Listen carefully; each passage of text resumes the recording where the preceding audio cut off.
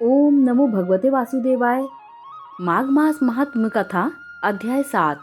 चित्रगुप्त ने उन दोनों के कर्मों की आलोचना करके दूतों से कहा कि बड़े भाई कुंडल को घोर नरक में डालो और दूसरे छोटे भाई विकुंडल को स्वर्ग ले जाओ, जहां उत्तम भोग हैं। तब एक दूत तो कुंडल को नरक में फेंकने के लिए ले गया और दूसरा दूत बड़ी नम्रता के साथ कहने लगा कि हे विकुंडल, चलो, तुम अपने अच्छे कर्मों से स्वर्ग को प्राप्त होकर अनेक प्रकार के भोगों को भोगो। तब विकुंडल बड़े विस्मय के साथ मन में संशय धार कर दूत से कहने लगा कि हे यमदूत, मेरे मन में बड़ी शंका उत्पन्न हो गई है, अतएव मैं तुमसे कुछ पूछना चाहता हूँ। कृपा करके मेरे प्रश्नों का उत्तर दो। हम दोनों भाई एक ही कुल में उत्पन्न हुए, एक जैसे ही कर्म करते रहे। दोनों भाइयों ने कभी कोई शुभ कार्य नहीं किया, फिर एक को नरक प्राप्त क्यों हुआ? मैं अपने स्वर्ग में आने का कोई कारण नहीं देखता।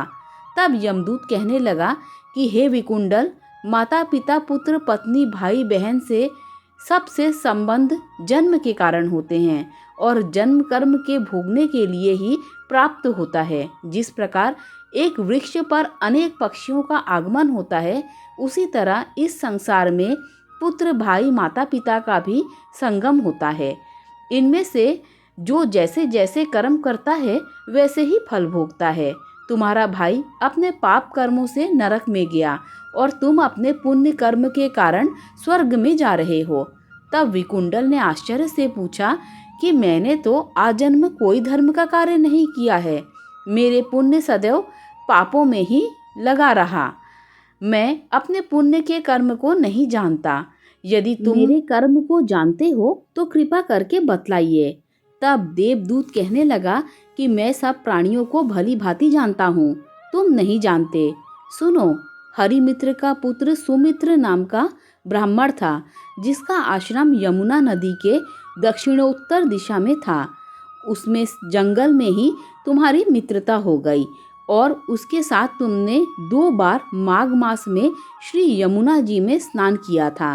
पहली बार स्नान करने से तुम्हारे सब पाप नष्ट हो गए और दूसरी बार स्नान करने से तुमको स्वर्ग प्राप्त हुआ।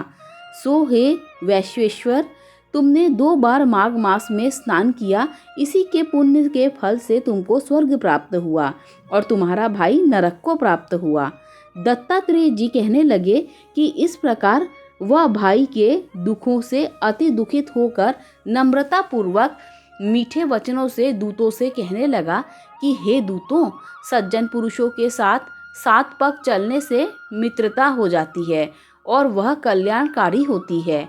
मित्र प्रेम की चिंता न करते हुए तुम्हें मुझे इतना बताने की कृपा करो कि कौन से कर्म से मनुष्य यमलोक को प्राप्त नहीं होता, क्योंकि तुम सर्वज्ञ हो।